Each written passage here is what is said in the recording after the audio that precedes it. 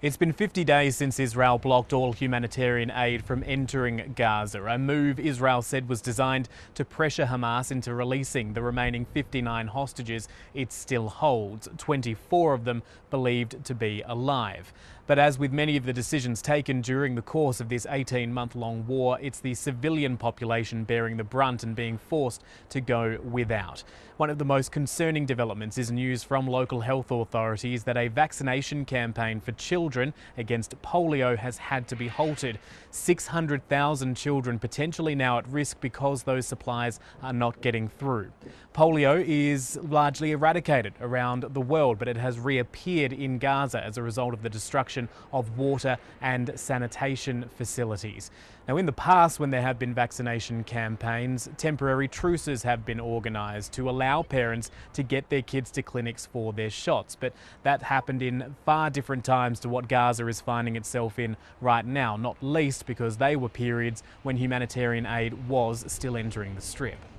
The UN's Palestinian aid agency, UNRWA, is ringing the alarm bells about the humanitarian blockade once more. Its chief, Philippe Lazzarini, taking to social media to label the situation collective punishment of the Palestinian population, a phrase which has very particular meaning when talking about allegations of war crimes.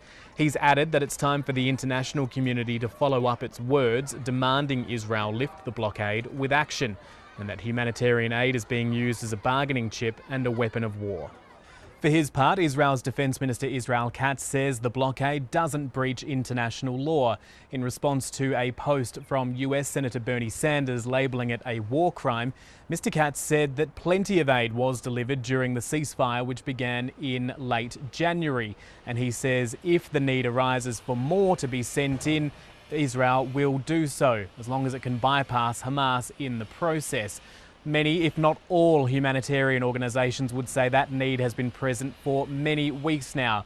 But Israel is not yielding to any of their demands, nor is it laying off its intense bombardment of the Strip, with Palestinians reporting some of the most significant strikes in recent days. Among the targets, trucks and bulldozers, which local authorities say were being used in the clean-up and the retrieval of bodies, but which the IDF says have been used by Hamas.